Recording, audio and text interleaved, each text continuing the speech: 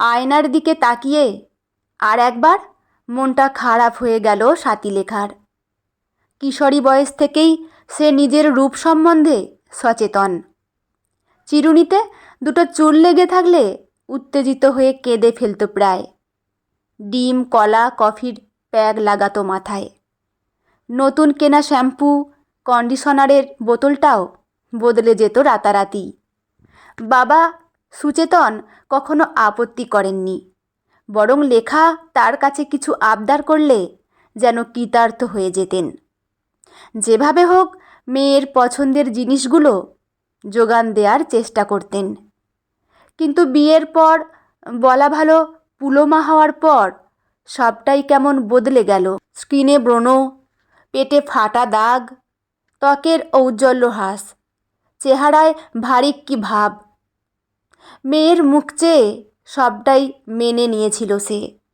তাছাড়া মেয়ে সামলে আয়নার সামনে দাঁড়ানোর সময় হতো কোথায়? তলপেটে চর্বির স্তর, ফোলা চেহারা, নিয়ম মেনে খাওয়া বা ঘুমানোর উপায় নেই। যখন যেমনটা জোটে খেয়ে নেয়া, ফলে ওজন বাড়ে তরতরিয়ে। মধ্যবিত্ত ঘরে একটা বাচ্চা জন্ম নেওয়ার পর বাচ্চার যত্নের বাইরে মায়ের আরামের কথা কারোর মনে থাকে না। মা মানে তো ত্যাগের প্রতীক। নিজে অসুস্থ হলেও, শরীর না সায় দিলেও সন্তানের দেখভাল করবে সে। সবাই বাচ্চাকে আদর করে, ছবি তোলে, ভিডিও বানায়, কিন্তু দায়িত্ব সেটা নিতে কেউই চায় না। এমনকি সদ্য বাবার পোস্টে প্রমোশন পাওয়া স্বামীটিও নয়। একাকী বসে ভাবছিল লেখা। আজকাল তার সঙ্গে আর শুতে চায় না প্রত্যুষ। কোলের মেয়ে কাঁদলে তার নাকি ঘুমের অসুবিধা হয়। সারাদিন অফিসে কাজকর্ম থাকে, কাজ না করলে পেট চলবে? লেখার অভিযোগের উত্তরে হাসতে হাসতে ঠেস দিয়ে বলেছিল, তোমার মতো মোটা পেটের চারবেলা খাবার জোগান দিতে হচ্ছে। আমি তো অফিসে বেরিয়ে যাই, কত ঠোসো দুপুরে বিকেলে কে জানে। নইলে কারোর এত বড় পেট হয়? চেহারা তো নয় যেন দুমণি বস্তা। শুনতে শুনতে চোখে জল এসে গিয়েছিল লেখার। একসময় সেও যথেষ্ট সুন্দরী ছিল। সংসারের চাপে নিজের সব কিছুই একে একে বিসর্জন দিতে হয়েছে। কোনো রকমে নিজেকে সামলে নেয় সে। হেসে বলে, পুলোমা হওয়ার পর সত্যি বড্ড মোটা হয়ে গেছি না? আয়নার দিকে তাকানোর সময়টাও আজকাল পাও না বুঝি? সারাদিন তো ঘরেই বসে থাকো দেখি। একটাই তো মোটে বাচ্চা, বাচ্চা সামলানো কি এমন বড় ব্যাপার? মা তো আছেই বাড়িতে তোমায় সাহায্য করতে। দিন দিন যেন হাতির মতো চেহারা হচ্ছে। সামনে হাঁটতে চলতে দেখলে বিরক্ত লাগে। বিরক্ত কি লেখার নিজেরও লাগে না? কিন্তু করবে কি? সংসারের কাজকর্মের কথা তো ছেড়েই দাও। সারাদিন একটা বাচ্চা সামলানো কম ঝক্কির নয়। কয়েকদিন পর থেকে আবার অফিস শুরু হবে, যদিও ওয়ার্ক ফ্রম হোম, কিন্তু কাজের সময়টুকু ঠিকই কোম্পানি আদায় করে নেয়।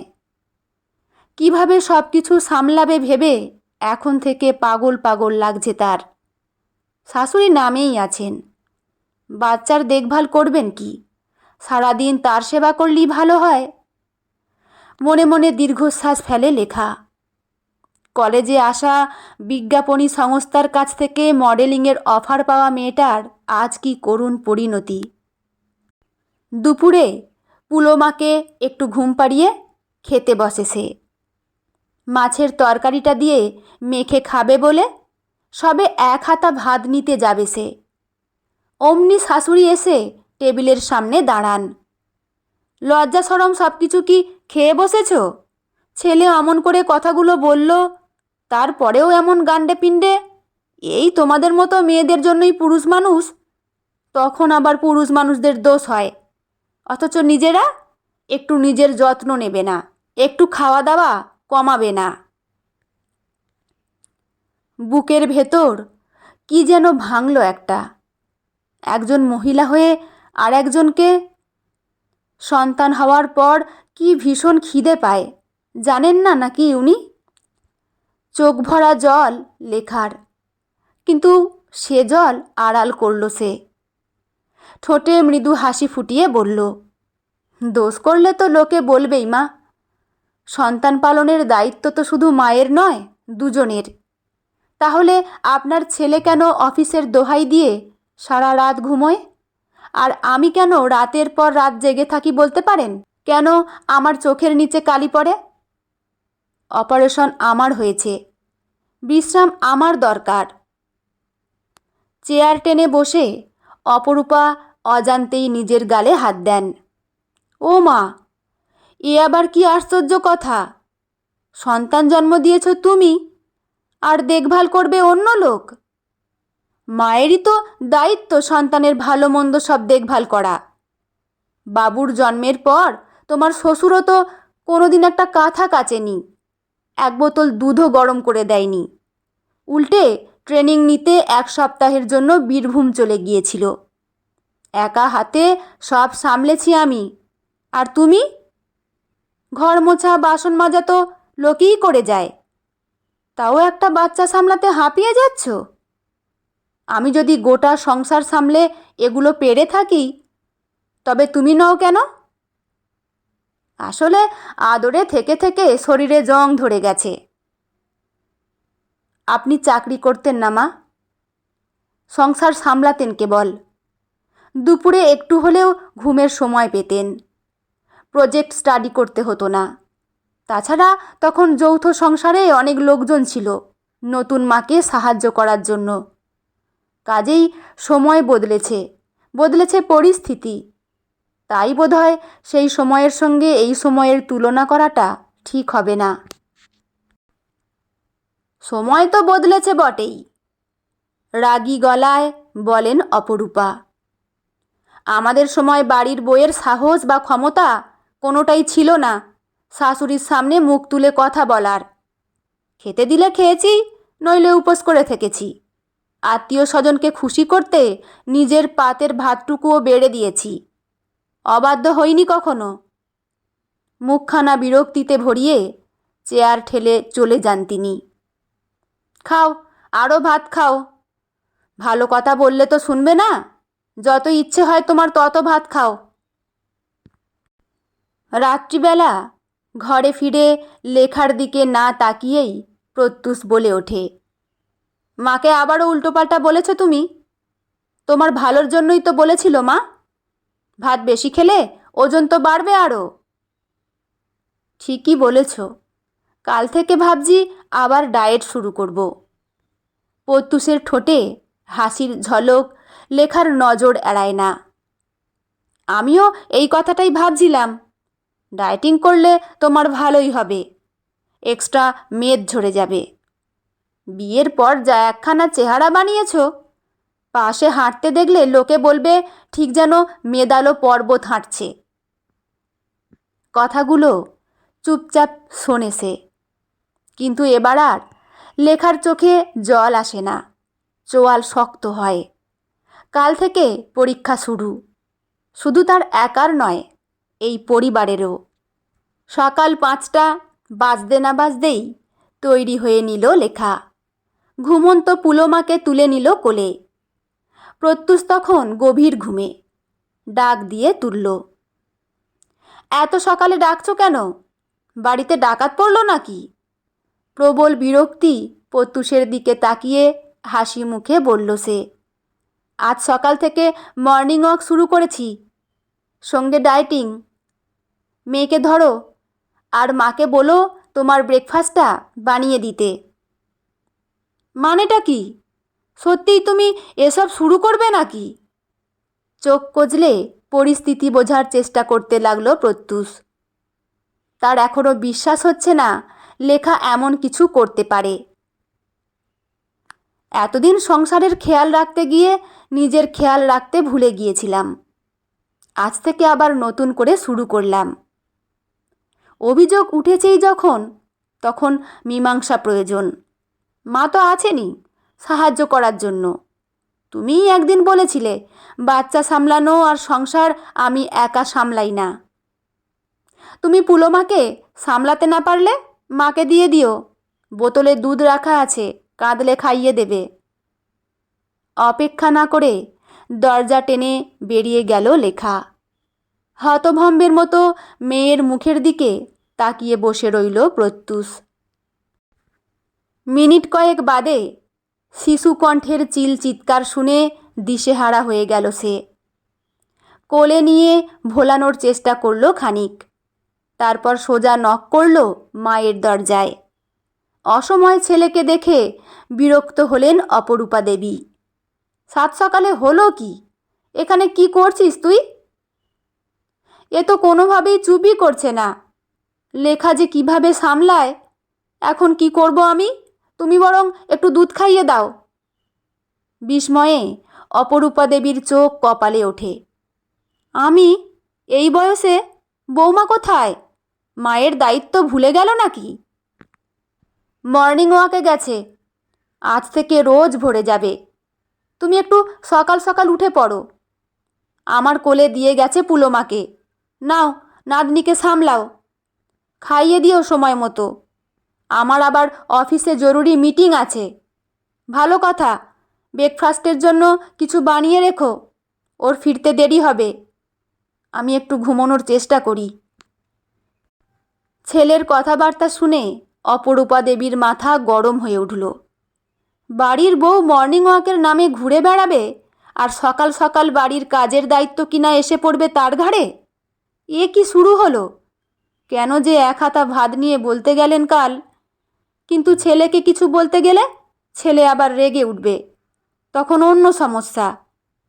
কোনো রকমে নাতনিকে দুধ খাইয়ে পিঠ চাপড়ে ঘুম পাড়িয়ে ছেলের জন্য পাউরুটি সেকে মাখন মাখিয়ে রাখলেন। পেঁয়াজ লঙ্কা কুচি দিয়ে ডিম ভাজলেন। বৌমার জন্য কিছুই করলেন না। স্বেচ্ছাচারী মেয়ে মানুষ সকাল সকাল শাশুড়িকে রান্নাঘরে ঢুকিয়ে ফিরে নিজেরটা নিজে বুঝে নেবে। বহুদিন বাদে বাইরের খোলা হাওয়ায় নিজের মতো করে শ্বাস নিতে পেরে ভারী ভালো লাগছিল লেখার। খানিকক্ষণের জন্য হলেও সংসারের কোনো দায়িত্ব নেই, নেই কোনো চিন্তা। কানে ইয়ার প্লাগ গোঁজা, গুনগুনিয়ে গাইতে গাইতে খানিক হাঁটল সে। বয়সটা যেন বছর পাঁচেক কমে গেছে। ফেরার পথে গ্রোসারি শপে ঢুকে প্রোটিন কার্বো মিলিয়ে মিশিয়ে দরকারি খাবার দাবার কিনল। কাঁচা বাজার, মাছ, চিকেন কিনল। ওটস খেতে একদমই ভালো লাগে না তার। কৌটোটা হাতে নিয়ে ঈষৎ নাক মোচকাল, তারপর ভরে নিল ঝোলায়। বিরক্ত লাগলেও খেতে হবে নিয়মিত। মিশন ডায়েটিংকে বিফলে যেতে দেয়া যাবে না। প্রত্যুষের কথাগুলো এখনও মাথার ভেতর ঘুরপাক খাচ্ছে। ঠিক তখনই ফোনটা এলো লেখার মোবাইলে। ও প্রান্ত থেকে প্রত্যুষের উত্তেজিত কণ্ঠ ভেসে এলো। কোথায় তুমি? এখনো হয়নি মর্নিং ওয়াক? 2 ঘন্টা পেরিয়েছে অনেকক্ষণ। বাড়ি এসো তাড়াতাড়ি, মেয়ে কাঁদছে।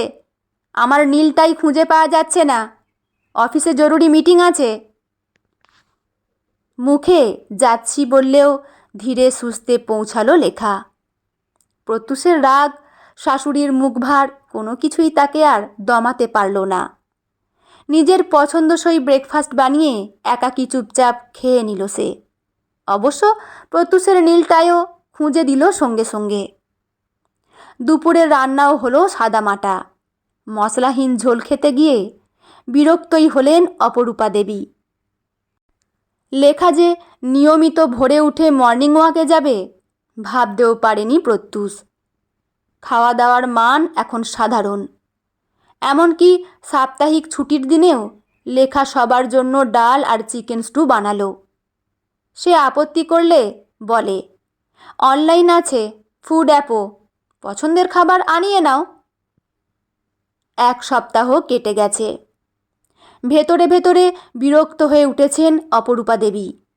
থাকতে না পেরে একদিন বলেই ফেললেন, তোদের সংসারে দেখছি থাকতে গেলে সারাদিনই খাটতে হবে।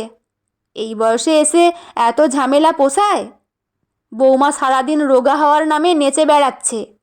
আজকাল কিছু বললে তো কানেই নেয় না, হেসে এড়িয়ে যায়। এই সংসারে আমার কোনো দাম আছে না নেই? তোকে কি এই দিন দেখার জন্য মানুষ করেছিলাম? কাঁধ ঝাঁকালো প্রত্যুষ। কি বলবো বলো? আমার কথাও কি শোনে? আচ্ছা, আমি দেখছি। তুমি তো নিজেই সেদিন বলেছিলে চাকরি সামলে বৌমা একা কিভাবে নাতনিকে সামলাবে। আমি তো আছি নাকি সাহায্যের জন্য? তাহলে এখন বলছো যে? ভালো মানুষই দেখিয়েছিলেন ছেলের কাছে, আজ সেটাই বুমেরাং হয়ে ফিরে এসেছে। গম্ভীর মুখে বললেন, করব বলেছি, করছিও তো। দেখছিস তো নিজের চোখে। তা বলে কি সব দায়িত্ব আমার কাঁধে চাপিয়ে দেবে? মনে মনে ভাবলেন, ছেলে কিছুই করবে না, তাকেই কিছু করতে হবে এবার। দুপুরবেলা স্যুপ আর চিংড়ি মাছ দিয়ে লাঞ্চ সারতে বসেছে যখন, অপরূপা দেবী শান্তভাবে চেয়ার টেনে বসলেন। ডায়েট করছো, ভালো কথা, কিন্তু এটাও তো সেই সঙ্গে মনে রাখো বয়স হয়েছে আমার। সব আমার ওপর দিব্যি চাপিয়ে দিচ্ছ। আমার পক্ষে সম্ভব কি না সেটাও ভাবছো না। একটা কথা বলি বৌমা, কিছু মনে করো না। যতই ডায়েট করো, যতই দৌড়াও, পুরনো চেহারায় আর কোনো দিনই ফিরতে পারবে না। তার চেয়ে এসব দৌড়ঝাঁপ ছেড়ে সংসারে মন দাও। যত্নের সঙ্গে সঙ্গে মেয়েটা মায়ের সাহচর্য পাবে। মাস 6 কেটে গেছে। মৌনং সম্মতি লক্ষণম, নীতি মেনে মুখে কোনো কথা না বলে লেখা নিজের বদলের দিকে মনোযোগ দিয়েছে, আর তার ফলও পেয়েছে হাতে নাতে। খাওয়া দাওয়ার পরিবর্তন আর নিয়ম মেনে হাঁটা। আগের চেহারায় না ফিরতে পারলেও একটা যে টান টান ভাব এসেছে, সেটা আজকাল দূর থেকেই স্পষ্ট বোঝা যায়। সামনেই মেয়ের বছর পূর্তির জন্মদিন। ওয়াকআউটের পরিমাণ অল্প অল্প করে বাড়াচ্ছে লেখা। প্রমাণের দিন সামনে। লেখার এই জেদ দেখে থমকে গেছে প্রত্যুষও। চেহারা নিয়ে খোঁটা দেওয়ার অস্ত্র যেন বুমেরাং হয়ে তারই কাছে ফিরে এসেছে। লেখার ছিপছিপে চেহারার পাশে নিজের ঈষৎ পৃথুল চেহারা তার মধ্যে হীনমন্যতা তৈরি করে। আয়নায় নিজেকে ঘুরে ফিরে দেখে আর তৃপ্তি পায় না। খালি মনে হয়, লেখা যদি তাকে ছেড়ে চলে যায়। অফিসে কাজকর্মেও ভুল করে বসে। মাঝে মধ্যে স্বামীর অধিকার নিয়ে লেখাকে আটকাতে যায় সে, কিন্তু রক্তের স্বাদ পা বাঘিনীকে কেই বা কবে আটকাতে পেরেছে? ধূসর আর মেরুন মেশানো ইক্কত, হালকা সোনার গয়না, মিনিমাম মেকআপ, ছোট্ট একটা টিপ। টান টান চেহারায় অপূর্ব লাগছিল লেখাকে। আয়না যেন হেসে উঠেছিল রূপের ছটায়। আত্মীয় স্বজনদের মধ্যেও ফিসফিসানি। মনে মনে হাসছিল লেখা। অনেকে যেন বিশ্বাসই করতে পারছিলেন না এটাই প্রত্যুষের বউ। মাত্র মাস কয়েকের মধ্যে চেহারায় এতখানি বদল কিভাবে সম্ভব? নিজের মনে হাসে লেখা। চলনে বলনে ফুটে ওঠে আত্মবিশ্বাসের ছবি। সিদ্ধান্ত নেয়ার পর একটা মুহূর্তের জন্য সে দেরি করেনি। একজন অভিজ্ঞ ডায়েটিশিয়ানের সঙ্গে অনলাইন কনসাল্ট করে পোস্টপার্টাম ব্যালেন্স মিলের ব্যবস্থা করা, নিয়ম মেনে ওয়ার্কআউট, সময়ের সঙ্গে সঙ্গে ওয়ার্কআউটের পরিমাণ একটু একটু করে বাড়ানো, সব কিছুই যেন আজ তাকে কাঙ্ক্ষিত লক্ষ্যে পৌঁছতে সাহায্য করেছে। মাসি শাশুড়ি বেশ খানিকক্ষণ তারিফের দৃষ্টিতে লেখার দিকে তাকিয়ে রইলেন। যাই বলো না কেন বৌমা, তোমায় দেখে অনেক কিছুই শেখার আছে। চাকরি করে ঘর সংসার সামলে মাত্র 1 বছরের মধ্যে চেহারার অতিরিক্ত মেদ ঝরিয়ে ফেলা। আমার শিমুলটা তো এখনও পারছে না। মাঝে মধ্যেই মন খারাপ করে। ছেলের বয়স 3 পেরোতে চলল। একটু যদি সাহায্য করো খুব ভালো হয়। অনুষ্ঠানের পর আমার চেনা ডায়েটিশিয়ানের নম্বর দিয়ে দেব। শিমুলকে একবার যোগাযোগ করে নিতে বলবেন। আশা করি কোনো রকম সমস্যা হবে না। আসলে কি বলুন তো, সবটাই ইচ্ছে। আপনার ভেতর থেকে তাগিদ না এলে, কেউ আপনার আত্মবিশ্বাসকে নড়বড়ে ভেবে আঘাত হানলে ঠিক আপনি নিজেকে তৈরি করে নেবেন, করবেনই। অপাঙ্গে একবার প্রত্যুষের দিকে তাকালো সে। অবিশ্বাস মাখা দৃষ্টিতে সে তার দিকেই তাকিয়ে রয়েছে। চেনা অঙ্কের হিসেব যে এত তাড়াতাড়ি বদলে যাবে সে কি ভেবেছিল কখনো? ফটোগ্রাফার ভদ্রলোক হাসি মুখে বললেন, মেয়ের বাবা মা দুজন একটু এক ফ্রেমে আসুন। কেক কাটার ভিডিও হবে, সোশ্যাল মিডিয়ায় পোস্ট করার জন্য ছোট ছোট রিলস বানিয়ে দেয়া হবে। আপনারা একটু ক্লোজে আসুন। প্রত্যুষ যেন প্রতি মুহূর্তে উপলব্ধি করছিল লেখার পাশে তাকে কতখানি বেমানান লাগছে। কেক কাটার ছবি তোলা হলো। বাধ্য হয়ে হাসি মুখে পোজ দিতেই হলো, কিন্তু ভেতরে ভেতরে রাগে ক্রোধে ফুঁসতে লাগলো প্রত্যুষ। অনুষ্ঠান শেষে বন্ধুদের জমাটি আড্ডায় একজন বন্ধু তো মৃদু আওয়াজ দিল, কিরে বৌদি তো দেখছি বাচ্চা কোলেও দিব্যি ফিটফাট, কিন্তু তোর চেহারার একই হাল। সেই স্মার্ট ড্যাশিং প্রত্যুষ গেল কই? দেখে মনে হচ্ছে তুই বোধহয়। হাসিটা মাথায় আগুন জ্বালিয়ে দিতেই যথেষ্ট। প্রত্যুষের মাথায়ও আগুন জ্বলে উঠল। মনে মনে মায়ের মুণ্ডুপাত করতেই কেবল বাকি রাখল প্রত্যুষ। যেদিন থেকে সকালের রান্নাঘরের দায়িত্ব নিয়েছে মা, সেদিন থেকে খালি জলখাবারে লুচি, পরোটা, আলুর তরকারি দম ভাজা হয়ে চলেছে।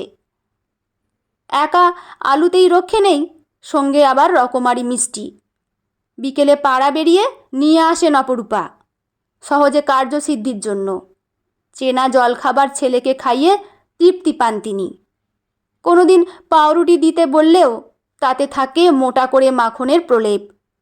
ওটস, মুসলি ওসব খেয়ে পেট ভরে নাকি, স্পষ্ট বলেন তিনি। খিদের মুখে সুখাদ্য দেখলে কার মাথা ঠিক থাকে? প্রত্যুষও তাই গবগবিয়ে খেয়ে নেয়। আর তারই ছবি ফুটে উঠেছে আজকের ফুলে ওঠা মধ্যপ্রদেশে। উপহারের স্তূপ পেরিয়ে রাত্রিবেলা সরাসরি মাকে বলল সে, সিম্পল রুটি সবজির তরকারি বানাতে পারো না তুমি? তেল ঘি খাইয়ে খাইয়ে চেহারার কতটা 12টা বাজিয়েছ বুঝতে পারছো? আমি তো বলিনি তোকে রোজ আমার হাতে খেতে? যেন রান্নাঘরের দায়িত্ব থেকে রেহাই পেতে মুখিয়েছিলেন অপরূপা দেবী। আমি যেমনটা জানি তেমনটাই তো রাঁধব। এত যখন অসুবিধা হচ্ছে তোর বউকে বল না সকালের ব্রেকফাস্টটা বানাতে। ওইসব পোচ, ওটস, সবজি, পোহা, স্যান্ডউইচ বানিয়ে দেবে। এত বয়স হলো এখনও বুঝি সব দায়িত্ব আমার। সুন্দরী বউ সুন্দরী ধুয়ে কি জল খাবি? মধ্যবিত্ত ঘর সংসারে কাজকর্ম জানা মেয়ে দরকার। দিনের পর দিন সেজেগুজে পটের বিবি হয়ে বসে থাকলে তো চলবে না। সব কথাই কানে আসে লেখার। মেয়েকে ঘুম পাড়িয়ে অফিসের জন্য কন্টেন্ট তৈরি করতে করতে আপন মনেই খানিক হেসে নেয় সে। এতদিনে এরা বাড়ির বউয়ের মূল্য বুঝতে পারছে। দরজার দিকে চোখ গেল তার, দেখল ঘরে ঢুকছে প্রত্যুষ। মুখের চিরচেনা হাসি উধাও। ঘাড় নিচু করে ল্যাপটপে কাজ করতে লাগলো লেখা। নিজের মনের ভাব প্রত্যুষকে এখনই দেখতে দিতে চায় না সে। আমার ভুল হয়েছিল, সেদিন তোমার সঙ্গে ওভাবে কথা বলা ঠিক হয়নি। আমি সত্যিই বুঝতে পারিনি অফিস ঘরের কাজের সঙ্গে ছোট্ট বাচ্চা সামলানো কতখানি কঠিন। ভেবেছিলাম ঘরে থাকো তুমি, ওয়ার্ক ফ্রম হোমের সুবিধা পাও, কী বা কাজ তোমার। প্লিজ আমার ওপর আর রাগ করে থেকো না লেখা। ভারী শরীর নিয়ে আজকাল বড্ড অস্বস্তি হয়। প্লিজ তুমি নিজের সঙ্গে আমার সুস্থতারও দায়িত্ব নাও। দেখছই তো এই কদিনে কি পরিমাণ চেহারা বেড়ে গেছে। নিতে পারি। ল্যাপটপ থেকে মুখ তোলে লেখা। যদি পুলোমার দায়িত্ব আমার সঙ্গে ভাগাভাগি করে নাও। এখন থেকে রাতের খানিকটা সময় আমি জাগব, খানিকটা তুমি। অফিস থেকে ফিরে অন্তত ঘণ্টা খানেকের জন্য বাচ্চার দেখভালও করতে হবে। সেই সময় আমি দুজনের জন্য হেলদি মিল বানাবো। প্রয়োজনে লিস্ট অনুযায়ী অফিস ফেরতা বাজারও করে আনতে হবে। বেজার মুখে চিন্তার ভান করে প্রত্যুষ। পরক্ষণেই রাজি হয়ে যায়। এই কদিনে ভালোই বুঝেছে সে, রাজি না হয়ে কোনো উপায় নেই। দিব্যি নিজেকে সামলে নিতে জানে লেখা, কিন্তু সে সকাল থেকে রাত অবধি স্ত্রীর যত্ন ছাড়া একান্তই অসহায়।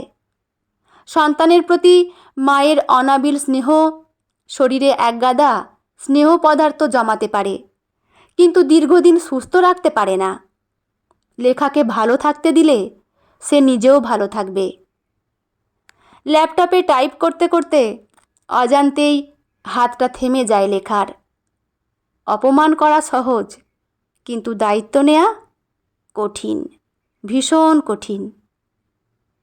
বন্ধুরা, গল্পটি এখানেই সমাপ্ত।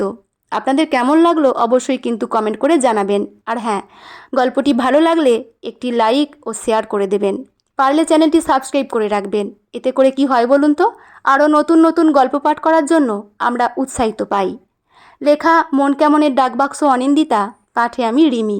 দেখা হচ্ছে পরের কোনো গল্প নিয়ে। ভালো থাকবেন সবাই। ধন্যবাদ।